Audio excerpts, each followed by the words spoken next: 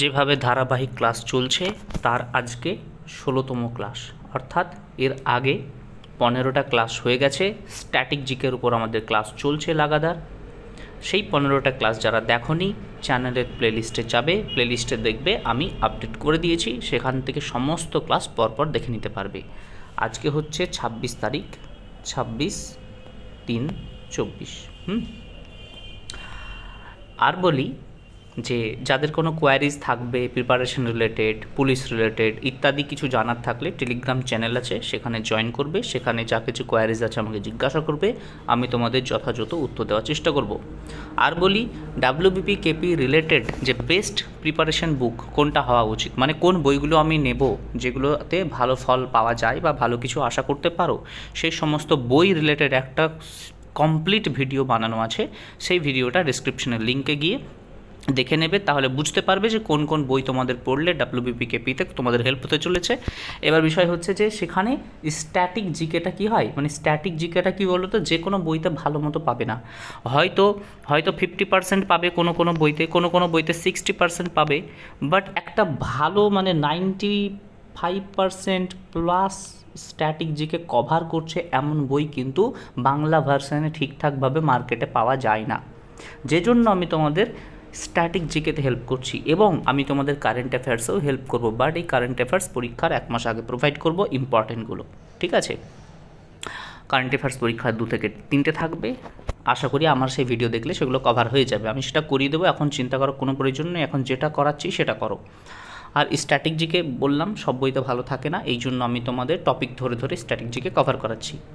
আজকের আমাদের স্ট্যাটিক জিকের টপিক কি, সেটা হলো বিখ্যাত বিদেশিদের উপনাম। এর আগে আমি করিয়েছিলাম বিখ্যাত ভারতীয়দের উপনাম, তো সেখান থেকে আজকে আমি শিফট করেছি বিখ্যাত বিদেশিদের উপনাম। মানে কিছু কিছু বিখ্যাত বিদেশি ব্যক্তি আছে যাদেরকে কিন্তু আমরা অন্য নামেও চিনি, আজকে সেই বিষয়ে আমরা জানব। এক সাইডে দেখবে আমি উপনাম লিখেছি, এক সাইডে লিখেছি আসল নাম। তো চলো শুরু করি। দেখো প্রথমে আমি দিয়েছি কায়েদ-ই-আজম। কায়েদ-ই-আজম এটা কাকে বলা হয়? মোহাম্মদ আলী জিন্নাহ। মোহাম্মদ আলী জিন্নাহ ইনি হচ্ছেন পাকিস্তানের প্রথম গভর্নর জেনারেল। যদি পরীক্ষায় জিজ্ঞাসা করে পাকিস্তানের প্রথম গভর্নর জেনারেলকে, তাহলে মোহাম্মদ আলী জিন্নাহ হবে, এটা একটা পরীক্ষাতে এসেছিল। আর কায়েদ-ই-আজম তাকে বলা হয় মোহাম্মদ আলী জিন্নাহকে। এই রিলেটেড আরেকটা প্রশ্ন আমি তোমাদেরকে করছি, যেটা আমি কিন্তু প্রিভিয়াস ক্লাসে করিয়েছি, শহীদ-ই-আজম কাকে বলা হয়? তোমরা এই কোশ্চেনটার আনসার দিও তো। এই কায়েদটাকে কেটে যদি আমি এখানে লিখে দিই যে শহীদ, তাহলে শহীদ-ই-আজম এটা আমরা এই নামে আমরা কাকে চিনি? আমি ক্লাসে করিয়েছি, যে ক্লাসটা ফলো করেছো সে নিশ্চয়ই পারবে, সে কমেন্ট সেকশনে এই আনসারটা জানাবে।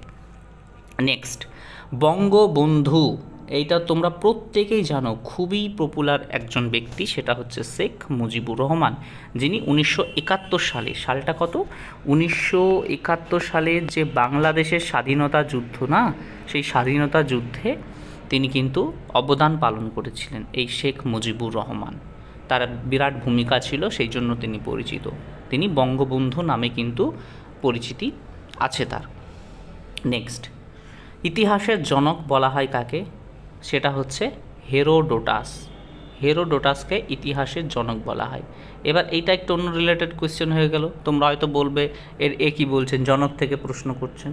হ্যাঁ, জনক থেকে একটা দিলাম, এই জনক থেকে সেপারেট আমি একটা স্ট্র্যাটেজিকের ক্লাস নিয়ে আসবো, মানে কে কোন বিষয়ে জনক সেই ক্লাসও সামনে আসবে, কোনো চিন্তা নেই, ঠিক আছে?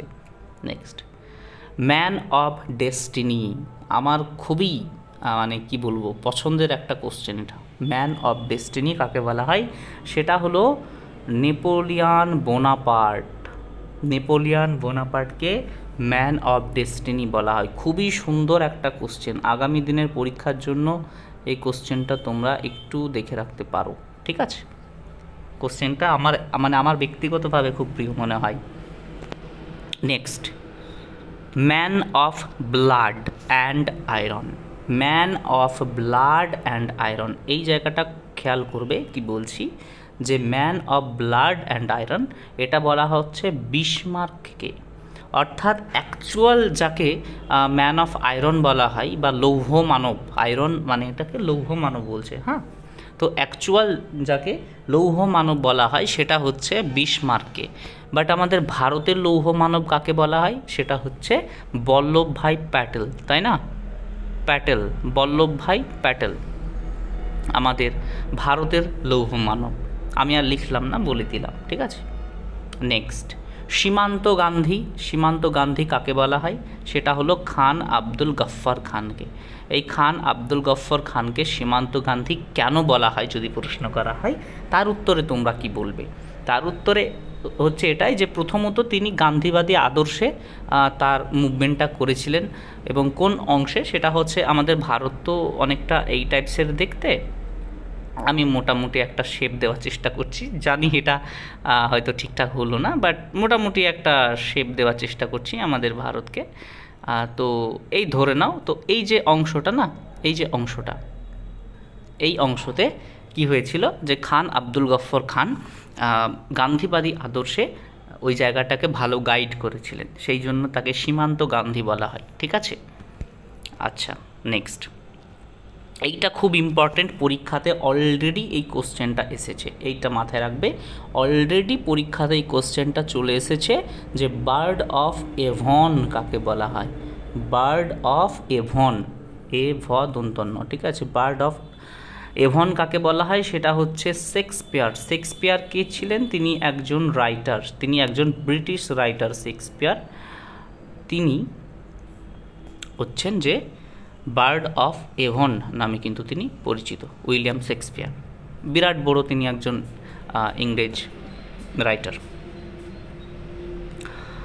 ইংরেজি সাহিত্যের জনক, ইংরেজি সাহিত্যের জনক, এই যে কোশ্চেনটাও, এই কোশ্চেনটাও পিওয়াইকিউ, অর্থাৎ এটাও প্রিভিয়াস ইয়ারে চলে এসেছে যে ইংরেজি সাহিত্যের জনক কাকে বলা হয়, সেটা হচ্ছে জিওফ্রে চসার। অবশ্যই অপশানে চসারটাও থাকতে পারে, তবে আমি জিওফ্রেটাও দিয়ে দিলাম একটাই কারণে, তার কারণ হচ্ছে যে শুধু চসার পড়তে হয়তো কেমন লাগবে, শুনতে কেমন লাগবে, চসার একজন মানে একটা কেমন আনকমন টাইপসের নাম, তো ওই জন্য জিওফ্রে চসার আমি উল্লেখ করে দিলাম, ঠিক আছে।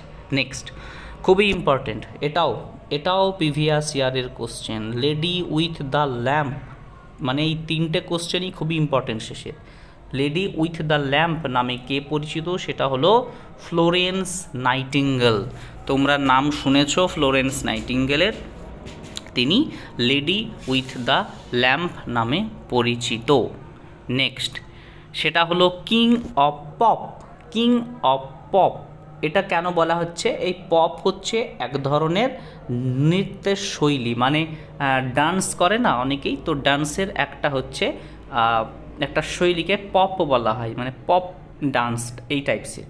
তো কিং অফ পপ মানে এই যে ডান্সের একটা কিং বা রাজা টাইপসের যাকে বলা হচ্ছে, তিনি হচ্ছেন মাইকেল জ্যাকসন। অনেকেই জানে যে মাইকেল জ্যাকসনের নাচের স্টাইলটা কেমন ছিল বা কেমন ধরনের তিনি নাচতেন, তো সে জায়গা থেকে তিনি একটা নতুন নাচের শৈলীর প্রবক্তাই বলতে পারো, তো সেই জন্য কিং অফ পপ বলা হয় মাইকেল জ্যাকসনকে, এই যে পপ ড্যান্সার। নেক্সট এবং লাস্ট, এটা হচ্ছে ফিওরার।